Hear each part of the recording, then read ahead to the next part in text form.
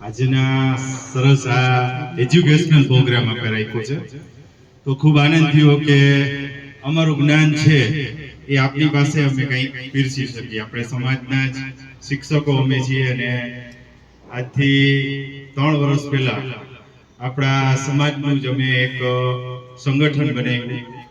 એટલે એમાં 11 તાલુકાના શિક્ષકોને ભેગા કર્યા. 11 તાલુકાના શિક્ષકો ને 450 ની આજુબાજુ શિક્ષકોનું એક આખું ઉત્કર્ષ મંડળ બનાવ્યું. એનો હું પ્રથમ મહામંત્રી હતો અને સ્થાપક હતો. ત્યારબાદ આપણે અત્યારે ઉત્તરાધિકારીઓને સોંપી દીધું છે અને કામ કરે છે સારું.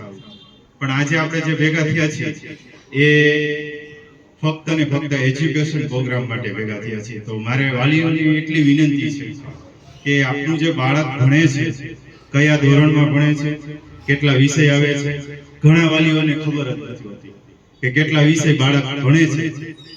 કારણ કે અમે તો લગભગ અત્યારે ગવર્મેન્ટ સ્કૂલમાં આપણા અનુસૂચિત જાતિના છોકરાઓ પ્લસ અનુસૂચિત જનજાતિના છોકરાઓ અને ઓબીસી આટલા જ છોકરાઓથી સ્કૂલ ચાલે છે. ગવર્મેન્ટ સ્કૂલ આટલા જ છોકરાઓથી ચાલે છે અને ઓબીસી ને તો બહુ કઈ ખબર જ નથી પડતી. બરાબર. હવે જે જાગૃત છે એ એસસી છે. એસટી તો બચારા જે છે એ ખેત મજૂરીમાં પડ્યા છે. પણ અમારી પાસે જે આવે છે એસટી ખરેખર એવા છે કે જેના વાલીને ખબર જ નથી, જે ખેત મજૂરી કરે છે અને 12 કલાક 15 કલાક ત્યાં વાડીઓમાં પડ્યા છે. એનો છોકરાને એટલું છે કે સ્કૂલે જાય છે, બસ સ્કૂલેથી આવે છે એટલી જ એની ખબર છે. બાકી એમ કઈ નોલેજ નથી. નોલેજ છે તોય પાછા એ લોકો એના ખેત મજૂરીમાં જ પડ્યા છે. નોલેજેબલ છોકરાઓ છે એ, કારણ કે આગળ પડતા તો એ પાછા ધંધો જ કરે છે આ વાડી. એટલે આપણી પાસે છોકરાઓ આવે છે પણ વાલીઓ કેવા હોય છે કે એ મુલાકાત જ નથી લેતા. સ્કૂલમાં આવી અને મુલાકાત નથી લેતા. એસએમસી આખી બની હોય છે. એના માટે સ્કૂલ મેનેજમેન્ટ કમિટી હોય છે, એસએમસી કરીને, જેને એસએમસી કહેવાય. એમાં આપણા સમાજના ઘણા વાલીઓને અમે રાખેલા હોય. પણ વાલીઓ શું હોય, ઊંચી આંગળી કરવા વાળા હોય. બરાબર. અમે જે કહીએ એમાં સહી કરતી. બરાબર. કોઈ પ્રશ્ન જ ન પૂછે. એટલે બાળકનો વિકાસ જ ન સમજ્યા. અને બાળકો જે છે અમારી પાસે આવે છે એના વાલી કેવા છે, એ કારખાનામાં નોકરી કરતા હોય. આપણા સમાજના હોય તો મોટા ભાગના કારખાનામાં નોકરી કરતા હોય, મજૂરી હોય છે. 8 વાગે વયા છે, સાંજે 12 વાગે, સાંજે 8 વાગે આવે. 8 વાગ્યા પછી એનો પ્રોગ્રામ બીજો હાલતો હોય. એવા અમારી પાસે. બરાબર છે. હવે એ વાલી આ જેટલી એક્ઝામો લેવાય છે એ આપણા માટે તો છે, પણ સમગ્ર સમાજ માટે આ યોજનાઓ છે. બરાબર. કે દરેક ગરીબ બાળક, દરેક ગરીબ વ્યક્તિ આ સ્કોલરશિપનો લાભ લે. એમાં જે પ્રકાશભાઈ વાત કરી કે CET exam, common entrance test, આ એક્ઝામ છે એ ધોરણ 5 માં ભણતો હોય ને એ વિદ્યાર્થી માટે છે. તો પહેલી વસ્તુ 1 થી 5 નો પાયો તમારા બાળકનો મજબૂત હોવો જોઈએ. 1 થી 5 નો પાયો મજબૂત હોવો જોઈએ એટલે કે ગણિત, વિજ્ઞાન, સામાજિક વિજ્ઞાન, અંગ્રેજી. એટલે 5માં સામાજિક વિજ્ઞાન ન આવે પણ પર્યાવરણ આવે. બરાબર. અત્યારે એને બીજું નામ આપ્યું છે સૌની આસપાસ. તો આ એને આવડવા જોઈએ બેઝિક. હવે એ છોકરો 1 થી 5 ગણિતના પાડા ન આવડતા હોય, ગુણાકાર ન આવડતા હોય, ભાગાકાર ન આવડતા હોય, ભાગુ સબા જેને કહેવાય, આ વસ્તુ એને આવડતી જ નથી, તો એ આ એક્ઝામ દેશે સીઈટી ની તો એમાં એ પાસ નહીં થાય. બરાબર. પહેલા તો એને ગણિતનો પાયો મજબૂત કરાવો. બરાબર. 1 થી 1000 સુધીના એકડા, 1 થી 100 એકડા નહીં, 1 થી 1000, 2000, 5000 સુધીના એકડા લખવા જોઈએ. બાળક 100 સુધી જ લખી શકે છે. પણ તમે એમ કહો ને 101 થી 200 સુધીના લખજે, જોજો કેટલી મિસ્ટેક થશે. અને 200 થી લઈને 500 એકડા લખાવશો ને તો એમાં એને હો ભૂલું થઈ જશે. કારણ કે એના મગજમાં એક છપાઈ ગયું છે, હો જ એકડા છે, હો થી આગળ એકડા જ નથી. 101 કહેવાય એ ખાલી બોલવામાં જ છે, લખવામાં નથી. એને અંદાજ આગળનો નથી. બરાબર. તો પહેલા તો એને 1 થી 1000 સુધીના એકડા લખાવો. હું તો કહું જ્યારે નવરા બે ને વેકેશનમાં હું મારા બાળકોને લેસન દર વખતે આપું છું. અમારા સ્કૂલના છોકરા હોય ને, હું એને વેકેશન 18 દિવસનું પડ્યું, 21 દિવસનું, એમાં હું લેસન આપીને આવું કે 1 થી લઈને 20 સુધીના ઘડિયા રોજ 2 વાર લખવાના. રોજ 2 વાર, અને 1 થી લઈને 1000 સુધીના આંકડા અંગ્રેજીમાં અને ગુજરાતીમાં બેયમાં લખતા હોય. ઘણી વખત છોકરું છે ને ગુજરાતીમાં લખી શકે ને અંગ્રેજીમાં ન લખી શકે, બરાબર? તો અંગ્રેજીમાં એને એકડા આવડે છે, બરાબર? અંગ્રેજી શબ્દમાં, અંગ્રેજી અંકોમાં એને આવડે છે. પી જે સીઈટી ની એક્ઝામ છે એમાં બહુ સામાન્ય પ્રશ્નો પૂછાય છે, તો બાળક એને 1 થી 5 ધ્યાન જ નથી દીધું, રમવામાં કાઢ્યા છે, અથવા તો વાલીએ ધ્યાન નથી રાખ્યું. 1 થી 5 છે ને ખરેખર તો વાલીએ બાળક માટે ધ્યાન આપવાનું, કારણ કે બે છે. વાલીએ, પેરેન્ટ્સે એની પાસે બેસવાનું, રોજ 1 કલાક કાઢો. તમે ભલે 8 વાગે આવતા હોય તો 8 થી 9 એની આ કરાવો, એની પાસે બેસો. એ જે કરે છે ખાલી તમારું ધ્યાન હશે ને એની ઉપર, તો પણ બાળક છે ને હોશિયાર થઈ જાય. પણ આપણી પાસે સમય ક્યાં? વાંધો નહીં, દરેક જગ્યાએ તો 1 કલાક ખાલી અઠવાડિયાની, રોજની 1 કલાક, અઠવાડિયાની ખાલી 4 થી 5 કલાક. ભલે તમે રવિવાર રમવા ગયો, અથવા તમને રવિવારે ટાઈમ છે, બુધવારે ટાઈમ છે, તો ઈ સમય એને આપો કે જેથી તમારી રજા છે. અને ખાસ તો માતાઓને મારી વિનંતી કે પુરુષો કદાચ ઘરે નથી હોતા, તો માતાઓ જે બહેનો છે એ ઘરે બાળક ઉપર ધ્યાન આપે, કારણ કે બાબા સાહેબનું પણ મિશન એ જ હતું કે જે ઘરમાં સ્ત્રીઓ ભણેલી હશે ને ઈ ઘર છે ને 2 ઘરને તારશે. ઈ જે ઘરમાં રહેશે ઈ ઘર, અને જ્યાંથી એ ઘરમાંથી પરણીને જ્યાં બીજી જગ્યાએ જશે ને ઈ ઘરને પણ તારશે, બરાબર? એટલે વાલીઓ જે માતા છે ને ઈ ભણેલી હશે ને તો એનું બાળક ઓટોમેટિક હોશિયાર થાય, કારણ કે ઈ ધ્યાન આપી શકે, અને એનો કંટ્રોલ એની મમ્મી આગળ છે. બાળકનો જોજો, પપ્પા આગળ હોય ઈ સેલ્ફ ડિસિપ્લિન શીખડાવે, તો મમ્મી વધારે એને શીખડાવે છે. એટલે માતા છે ને 100 શિક્ષકની ગરજ સારે. એટલે જોજો તમે, પટેલ સમાજ છે એ સૌથી વધારે અત્યારે લેડીઝ બહેનોની કેળવણી ઉપર સૌથી વધારે એને કોલેજો, સ્કૂલો બનાવેલી છે આપણી પાસે જૂજ માત્રામાં. તો બહેનોને ભણાવવી જરૂરી છે. સીઈટી ની એક્ઝામમાં કેવા પ્રશ્નો પૂછાય, તો સીઈટી એક્ઝામ છે એકદમ કોમન પરીક્ષા છે.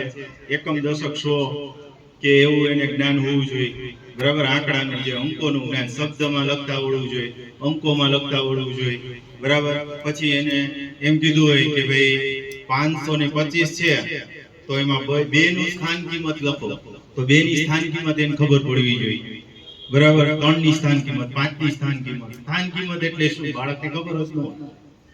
તો બેઝિક વસ્તુ છે, બરાબર? જે અત્યારે શું કરી નાખ્યું છે ગવર્મેન્ટે કે 1 થી 3 ધોરણ રમતા શીખવાડવાનું. એટલે એની અંદર જે આપણે જે જૂના સમયમાં શીખી ગયા એવું નથી. ત્યાં જ એની ચોપડીઓ હોય, ચોપડી ત્યાં જ રાખવાની, ઘરે એને લઈ જવાની નથી. એટલે એને સ્કૂલે આવે ત્યારે એને ભણવાનું, સ્કૂલની બહાર જાય એટલે એને ભણવાનું નથી. પણ અમારી પાસે એક લિમિટેડ સ્ટાફ હોય છે. તમે આપણે ભાઈ વાત કરી કે ભાઈ ગવર્મેન્ટ છે સ્કૂલ બંધ કરે છે, તો એનું મહેકમ હોય છે, બરાબર? ગવર્મેન્ટે નક્કી કરેલું મહેકમ છે કે ભાઈ 1 થી 50 બાળક હોય, 1 થી 50 બાળક, તો 2 શિક્ષકોનું મહેકમ મંજૂર થાય 1 થી 5 ધોરણ. હવે ધોરણ 1 થી 5 અને મહેકમ કેટલા શિક્ષકનું? 2. એટલે એક પહેલું, બીજું, ત્રીજું એમાં 1 શિક્ષક હોય, અને ત્રીજું ને ચોથું, બરાબર, એમાં 1 શિક્ષક હોય, અથવા ત્રીજું, ચોથું ને પાંચમું એવી રીતે 1 શિક્ષક હોય. એટલે એમાં વિદ્યાર્થીઓ ક્લાસ વાઇઝ અમારું મહેકમ નથી હોતું, સમજ્યા? ક્લાસ વાઇઝ મહેકમ નથી, પહેલા ધોરણમાં, બીજા ધોરણમાં. એટલે બાળકો છે ને પ્રાઇવેટમાં વયા જાય છે. અમારી પાસેથી પ્રાઇવેટમાં એટલે વયા જાય છે કે ક્લાસ વાઇઝ શિક્ષકનું મહેકમ નથી. જે લોકો ગવર્મેન્ટમાં નોકરી કરી છે ખબર હોય મહેકમ હોય, બરાબર? તો એ રીતે અમારું મહેકમ હોય છે. અને 6 થી 8 માં ફિક્સ મહેકમ છે કે એક ગણિત વિજ્ઞાનનો શિક્ષક, એક સામાજિક વિજ્ઞાન અને અન્ય શિક્ષક, અન્ય ભાષા લઈ શકે, અને એક ભાષાનો શિક્ષક. 6 થી 8 છે ત્યાં મહેકમ પૂરું છે. પણ 1 થી 5 માં મહેકમ નથી, એટલે બે જે એનો પાયો રહ્યો એ નબળો થઈ જાય છે. અને અત્યારે અમારે બેસ્ટ સુવિધા એવી છે અમારી સ્કૂલોમાં, બેસ્ટ સુવિધા જે પ્રાઇવેટમાં નથી. બરાબર, કારણ કે અત્યારે અમને સરકારે ટચ કોમ્પ્યુટર આપ્યું છે, સાથે મોટું સ્ક્રીન આપી છે, જેમાં અમે વિડીયો ભણાવી શકીએ, વિડીયો લેસન કરાવી શકીએ. 6 થી 8 વાળા તો બહુ સરસ એને સરકારે ગવર્મેન્ટ એટલી બધી ગ્રાન્ટો આપી છે કે વાત પૂછો. બરાબર, એટલે બાળકોને ભણાવવું હોય તો ગવર્મેન્ટમાં ભણાવવું, પણ જ્યાં 1 થી 8 શિક્ષકો હોય ને એવી સ્કૂલ કે જેમાં પહેલા ધોરણમાં હોય, બીજા ધોરણમાં હોય, ત્રીજા ધોરણમાં હોય. આપણે અહીં વાલીને નથી ખબર, એટલે મેં પહેલી વાત કરી એસએનસી આગળ એ પાવર છે કે ઈ ગવર્મેન્ટને વાત કરી શકે. એટલે કે જે પણ જગ્યાનો એનો સ્થાનિક વિસ્તાર હોય ત્યાં એક બીઆરસી કરી લેવું. બીઆરસી નું કામ શું છે કે ઈ બ્લોક રિસોર્સ પર્સન કહેવાય. એને આખા શિક્ષકોની ખબર હોય ઈ વિસ્તારના 10 સ્કૂલ હોય, 15 સ્કૂલ આવતો હોય, આખા તાલુકાને અમારે બી તાલુકામાં એવી રીતે કે આખા તાલુકાનો એક શિક્ષક બીઆરસી આગળ એક આવે જે આવે છે જેને રજૂઆત કરવાની છે. ઘણી વખત વાલીને રજૂઆત કરતા પણ નથી આવડતું, તો એ ક્યાં આવે તો કે તાલુકામાં જો તમારા કોઈ બાળકો ભણતા હોય તાલુકા લેવલે, બરાબર, તો તમારે રજૂઆત ક્યાં કરવાની હોય? તાલુકા શિક્ષણ અધિકારી પાસે, પછી જિલ્લા શિક્ષણ અધિકારી આવે. બરાબર, તાલુકાનો એક શિક્ષક હોય એને તાલુકા શિક્ષણ અધિકારી કહેવાય. અને પછી તમારે અહીંયા જો રાજકોટની અંદર તમારે રજૂઆત કરવી હોય કોઈને તો કેને કરવાની? જિલ્લા પંચાયતે નહીં જવાનું. બરાબર, શિક્ષણની ઓફિસ છે આપણી ક્યાં? કોને ખબર છે?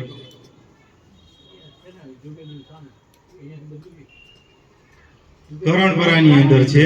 કરણપરા, જ્યાં કરણપરામાં શાસના અધિકારીની કચેરી હોય ત્યાં તમારે જઈ અને રજૂઆત કરી શકો તમે કે ભાઈ અમારી આ ફલાણી સ્કૂલ છે, અમારા બાળકો ભણે છે.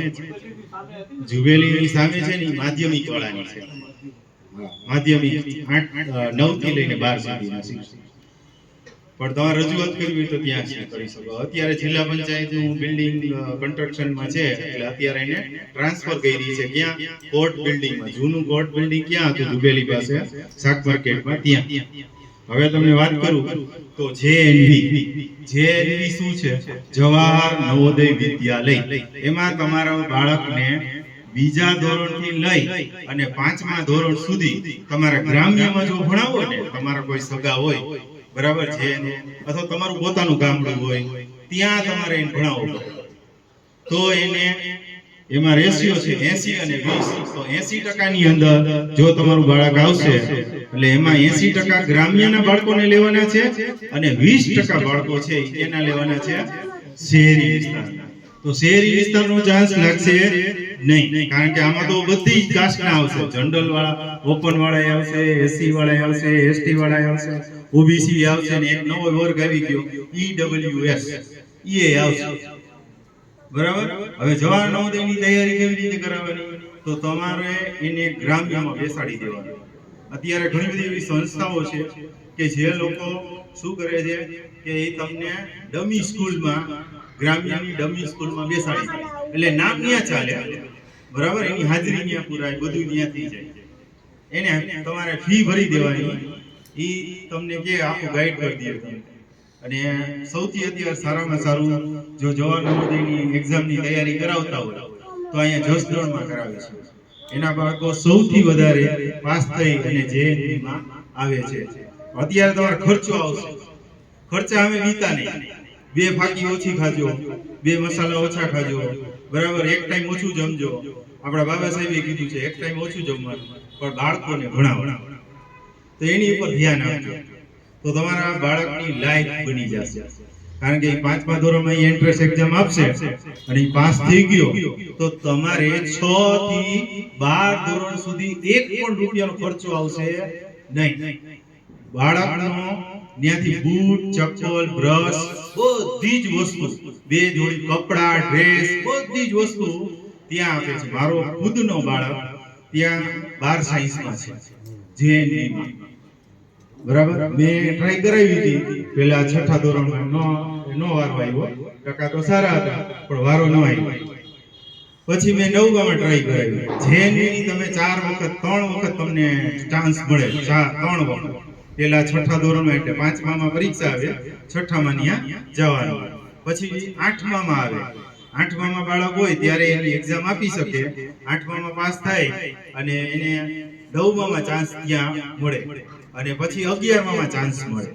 જો ત્યાં જગ્યા હોય ખાલી તો એ લોકો ફરી પાછી એમાં એન્ટ્રન્સ એક્ઝામ લે છે એ લોકો 11મામાં અને એમાં તમને એડમિશન મળે. મારા બાળકને 11મામાં એડમિશન મળ્યું. એ જનરલ કેટેગરીમાં પહેલા નંબર ઉપર હતો. અમે લોકોએ બૌદ્ધ ધર્મ અંગીકાર કરેલો છે અને અમે એસસી નો લાભ જવા દીધો છે.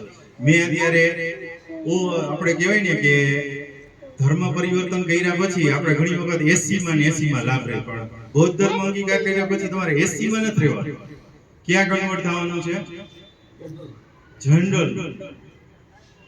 કારણ કે ઓમાં તો 7% જ અનામત છે. એસટી માં કેટલી અનામત છે? 7% અને ઓપનમાં કેટલી છે? હા, 50.5%. 51% જેવી આપણે કહી શકીએ. તો 51% નો લાભ લ્યો કે 7% નો લાભ લ્યો? 7% એના માટે મૂકી દો જે આપણા સમાજમાં સાવ અતિ પછાત છે, કે જેને હજી એમાં ને એમાં રહેવું છે. હું તમને પછી એમાં એક વાત કરીશ, એનેથી મને શું બેનિફિટ થયો. બરાબર? એ આગળ આપણે એજ્યુકેશનની વાત કરી છે એટલે અત્યારે એની એજ્યુકેશનમાં છે. જે એવી ની અંદર તમને 3 ચાન્સ મળશે, 5મામાં, 9મામાં અને 11. બરાબર? અને 11 ધોરણ 12 ધોરણ સુધી તમે ફ્રી. 5, 8 અને 10 આવે ને? નહીં એડમિશન મળે.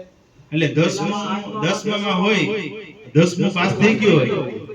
હા, 5મામાં તમે એક્ઝામ આપો એટલે 6ઠામાં હા, એડમિશન. હા, હા, 8મામાં તમે એક્ઝામ આપો એટલે 9મામાં એડમિશન હા, મળે. હા, 10મામાં તમે એક્ઝામ આપો એટલે 11મામાં હા, એડમિશન મળે. ઓકે? હા, હા. બરાબર, ઈ સમજાઈ ગયું તમને? હવે એમાં પ્રશ્ન કેવા પૂછાય? જો 5મા ધોરણની હોય તો 1 થી 5 ધોરણની પરીક્ષા 1 થી 5 ધોરણ કમ્પ્લીટ હોવું જોઈએ. બરાબર? એમાં એને ગુણાકાર, ભાગાકાર, સરવાળા, બાદબાકી આટલી વસ્તુ તો આવડવી જોઈએ. પ્લસ એને વાંચતા આવડવું જોઈએ. ગુજરાતી વાંચતા, લખતા, મોઢે લખતા આવડવું જોઈએ. શબ્દ નિબંધ લખતા આવડવા જોઈએ મોઢે. ઘણી વખત અમે છોકરાઓ જોઈએ નિબંધ જ ન લખતા, એની કલ્પના શક્તિ જ નથી, નબળી. એટલે વાંચનનો અભાવ. બાબા સાહેબે ઘણા બધા પુસ્તકો વાંચ્યા, પણ આપણા બાળકને તમે એક પુસ્તક વાંચવા તો દો, એને વચાવો. રોજ અડધી કલાક વચાવો. 10 ફકરા વાંચે, 5 ફકરા વાંચે, જરૂરી છે. મોટેથી વાંચે. છોકરા વાંચતા જ નથી આવડતું, અત્યારે મોબાઈલમાં